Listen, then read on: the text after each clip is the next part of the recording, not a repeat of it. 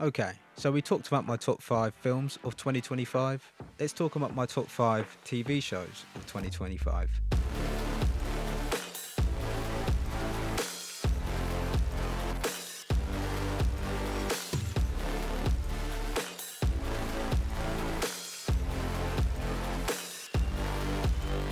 So a few honourable mentions before we get going. Squid Game Season 3. I thought this was quite good.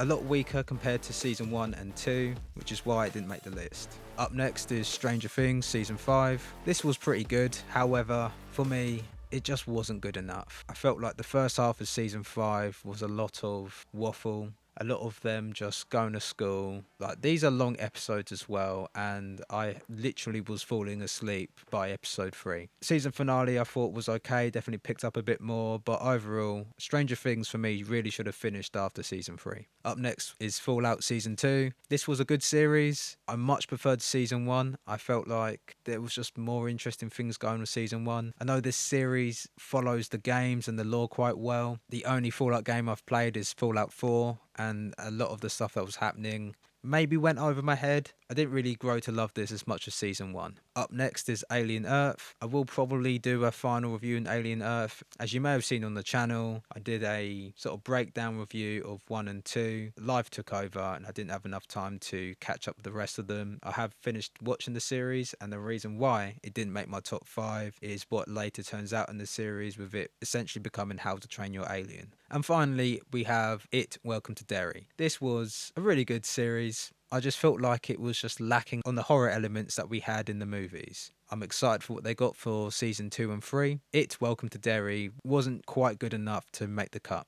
Now onwards with the list. We have White Lotus season 3. Now, the White Lotus series is one of my all-time favourites. I really enjoy the concept of how each series starts and you see the outcome of what is going to happen. It gets you guessing, it gets you wondering on how throughout the series and each episode we get to the end point of the season finale, and which either a death occurs or some radical event occurring. In season 3, we see there's a shootout taking place and we see some dead bodies floating in the water, and it leads you guessing on who the bodies are and why a shootout takes place, if it's completely random or a planned attack or whatever the scenario is. I really like the concept of it being almost like a reverse murder mystery on how we get to this point. The humour is quite dark, it deals with some interesting themes. Really good solid cast in the series as well. All the performances I thought was really good. I do think season 1 out of the rest of them is still the best, but season 3, really enjoyed it. Looking forward to season 4.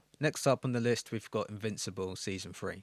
So season 3 is a really good continuation of season 2. We see Mark deal with some interesting themes which I didn't really think we'd be going into. I've stayed clear of the comics so I can enjoy the series without knowing too much what's going on. But I thought it was really interesting seeing the whole story arc where Mark doesn't trust Cecil.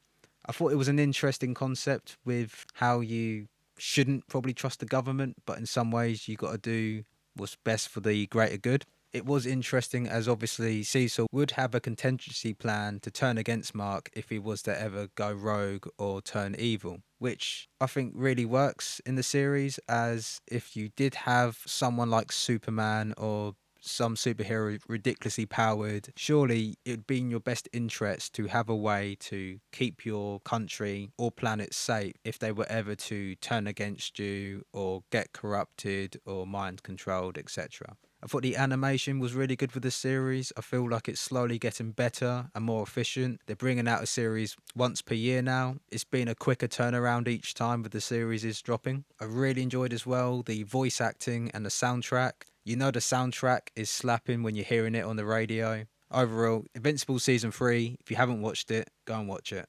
Next up on the list is Gen V. With Gen V, Season 1 took me a while to really get into it and for things to start flowing. With Season 2, there was none of that. It was straight into the story on where we picked up in Season 1. I really liked how they incorporated Starlight into the series. She's only in an episode here or there and she hasn't got a major role, but it was really good having reinforcing that connection between the boys and Gen V. I really enjoyed the twist they had with Cypher being Thomas Godolkin. I did sort of see it coming towards the end, but the way how when Marie finds out he hasn't got any V in him, and then the whole twist where he was Thomas Godolkin and how his body was being mind controlled, really enjoyed that part of the series, and did enjoy the inclusion of some of the supporting characters transferring over from the boys like Sam Edgar, Starlight, and obviously at the end that small glimpse that we have with A-Train joining the Resistance and a few other characters. Up next is Andor. So Andor, easily one of the greatest things that we've got from Disney relating to Star Wars. With Star Wars, it's generally looked at as a kids film, and it mostly is, you know, with the lightsaber battles, the light-hearted sort of music, and occasionally a few dark tones. Overall, when you analyse the story of Star Wars, especially the original trilogy, it's quite a dark story. It's about how the Empire has oppressed most of the galaxy, how a lot of people are in poverty, and it's generally dark times for all of these civilizations under the Galactic Empire. And what I enjoy about Andor is that it keeps those themes running and it reiterates the dark themes that happen to ordinary people in their everyday lives. This is Andor Season 2,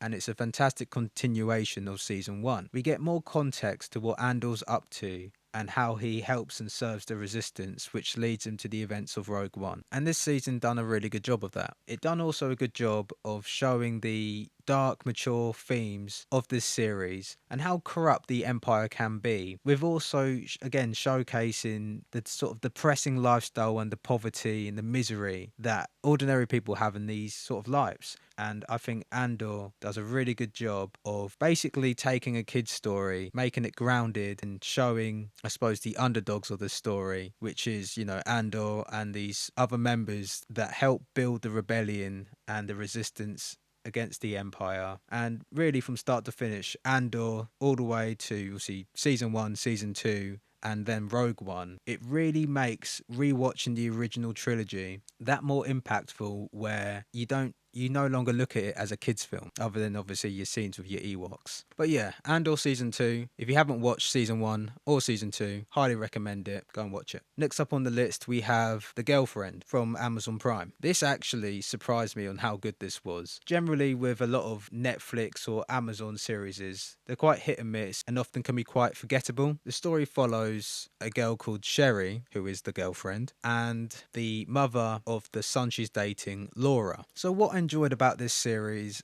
seeing these scenarios take place from two people's complete point of views and how each story slightly differs. So there'll be a few scenes here or there where Sherry meets Laura for the first time, and it's that awkward moment of meeting your in-laws for the first time. I'm sure many of us have been through that, where you want to make a good first impression, or you don't want to say anything embarrassing and you don't want to, I suppose, overstep the mark. And it's interesting because right off the bat, there's a little bit of awkwardness, but you can see the two are trying to warm to each other. When it gets to the point when the two fully have beef and we get the sort of petty back and forth with the two of them trying to one-up each other, I feel like that's when the show really gets flowing, and it's almost like who can outdo the other one. And all the petty silliness, which then starts escalating to actual crimes. This was easily one of my favourite series I've seen this year. However, what I didn't appreciate, which was the final episode, and it just didn't make much sense to me. So, spoiler alert before I go into the ending of The Girlfriend. If you don't want to hear spoilers, this is basically the end of the video now. So, in the comment section, please feel free to leave your favourite series